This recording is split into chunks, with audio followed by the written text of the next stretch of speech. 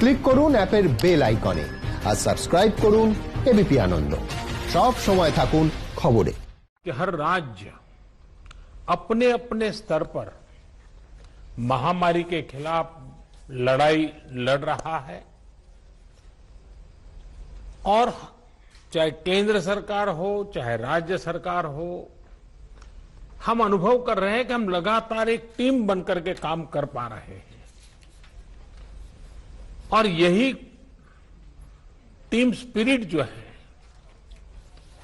वो एक परिणाम लाने में हम सफल हुए हैं। इतने बड़े संकट को जिस प्रकार से हमने मुकाबला किया है उसमें सबका साथ मिलकर के काम करना ये बहुत बड़ी बात है। सभी माननीय मुख्यमंत्री जी,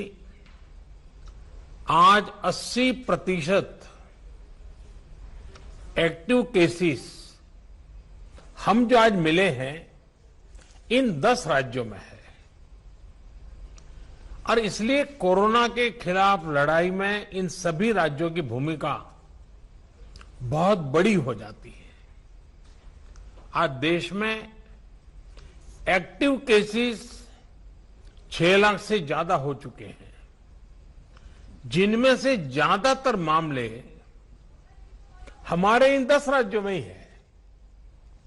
इसलिए ये आवश्यकता लगी कि इन 10 राज्यों के एक साथ बैठ करके हम समीक्षा करें, चर्चा करें और उनकी जो बेस्ट प्रैक्टिसेस है, उन्होंने किस किस प्रकार के नए इनिशिएटिव लिए हैं, वे सबके ध्यान में आए, क्योंकि हर कोई अपने अपने तरीके से प्रयास कर ही रहा है और आज की इस चर्चा से हमें एक दूसरे के अनुभवों से काफी कुछ सीखने को, समझने को मिला है।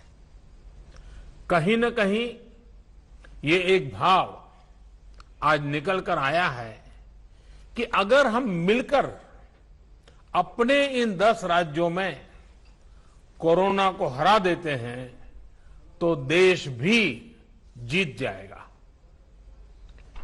साथियों, टेस्टिंग की संख्या बढ़कर हर दिन 7 लाख तक पहुंच चुकी है और लगातार बढ़ भी रही है। इससे संक्रमण को पहचानने और रोकने में जो मदद मिल रही है, आज हम उसके परिणाम देख रहे हैं। हमारे यहां एवरेज फर्टिलिटी रेट पहले भी दुनिया के मुकाबले काफी कम था। संतोष की बात है कि ये लगातार और कम हो रहा है। एक्टिव केसेस का प्रतिशत कम हुआ है। रिकवरी रेट लगातार बढ़ता जा रहा है, सुधरता जा रहा है। तो इसका अर्थ यह है कि हमारे प्रयास कारगर सिद्ध हो रहे हैं।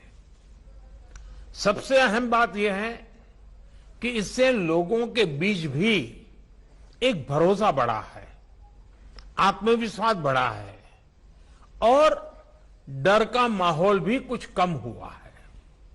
और जैसे जैसे हम टेस्टिंग को बढ़ाते जाएंगे, हमारी ये सफलता आगे और भी बड़ी होगी और एक संतोष का भाव हमको अनुभव होगा।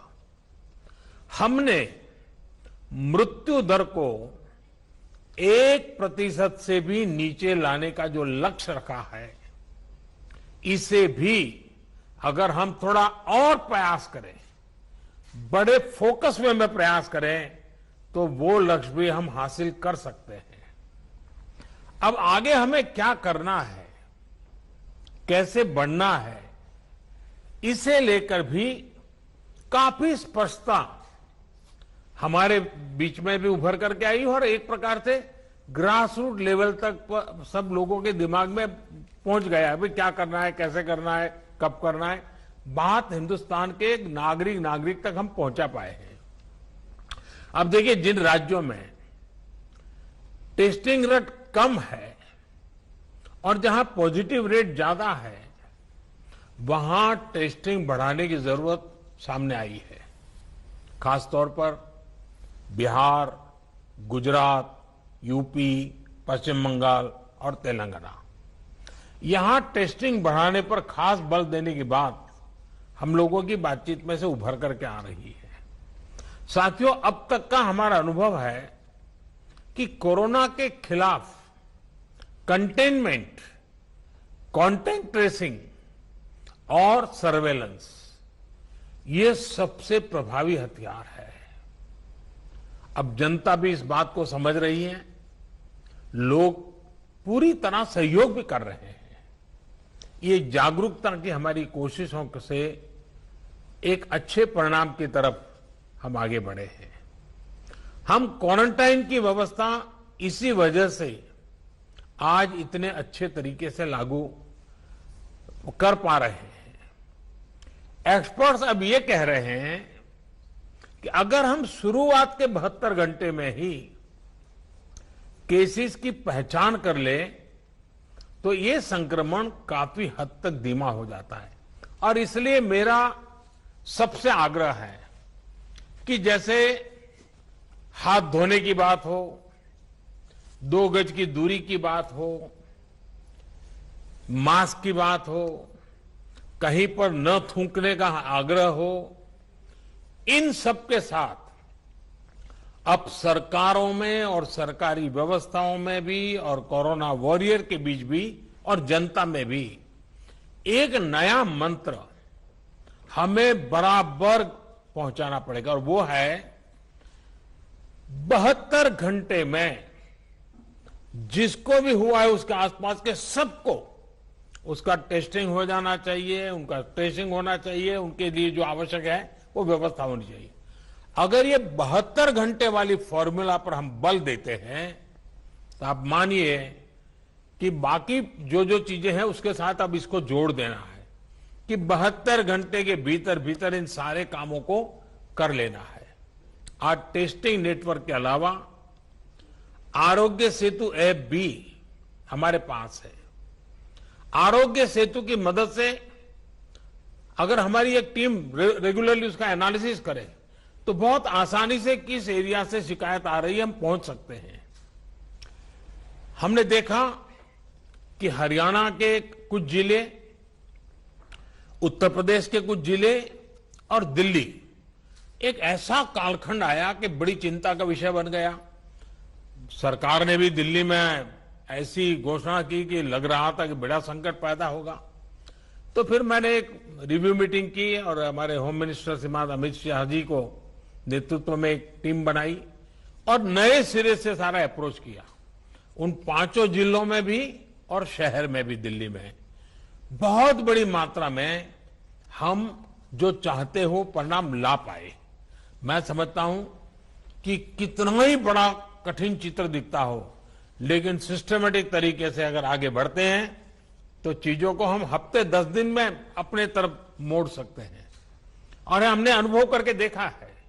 और इसी रणनीति के भी जो मुख्य बिंदु यही थे, कंटेनमेंट जोन्स को पूरी तरह से अलग कर देना, जहां जरूरत पड़े वहां माइक्रो कंटेनमेंट का भी आग्रह करना, 100% स्क्रीनिंग करना, रिक्शा, ऑटो रिक्शा चालक और घरों में काम करने वाले लोगों को भी और अन्य हाई रिस्क लोगों की स्क्रीनिंग पूरी कर लेनी चाहिए।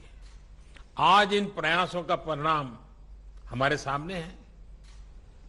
हॉस्पिटल्स में बेहतर मैनेजमेंट, आईसीयू बेड्स की संख्या बढ़ाने जैसे प्रयासों ने भी बहुत मदद की है। ज्यादा प्रभावी आप सबका अनुभव है। आपके राज्यों में जमीनी हकीकत की निरंतर निगरानी करके जो नतीजे पाए गए, सफलता का रास्ता उसी से बन रहा है। आज जितना भी हम कर पाए हैं वो आप सबके अनुभव उसमें काफी मदद कर रहे हैं। मुझे विश्वास है कि आपके इस अनुभव की ताकत से देश ये लड़ाई पूरी तरह से जीतेगा और एक नई शुरुआत होगी। आपके और कोई सुझाव हो, कोई सलाह हो तो हमेशा की तरह मैं हर समय आपके लिए उपलब्ध हूं, आप जरूर बताइए। और मैं आपको विश्वास दिलाता हूं, सरकार के सभी अधिकारी भी आज मौजूद थे। जिन जिन बातों का आपने जिक्र किया है, जिसकी चिंता करने के लिए कहा है, टीम पूरी तरह तुरंत ही उसको आगे बढ़ाएगी। लेकिन हम जानते हैं कि ये जो कालखंड होता है सावन, भादो और दिवाली तक का, तो कुछ बीमारी का और बीमारियों का भी माहौल बन जाता है, उसको भी हमें संभालना है। लेकिन मुझे विश्वास है कि हम जो 1% से नीचे मृत्यु दर लाने का लक्ष्य, रिकवरी रेट तेजी से बढ़ाने का लक्ष्य, 72 घंटे में सारे कांटेक्ट पर्सन को तक पहुंच करके उनकी व्यवस्था करना, इन मंत्रों को लेकर के अगर हम थोड़ा फोकस एक्टिविटी करेंगे तो हमारे जो 10 राज्य जहां पर 80% केसेस हैं, हमारे 10 राज्य जहां 82% मृत्यु है, हम 10 राज्य इस पूरी स्थिति को पलट सकते हैं।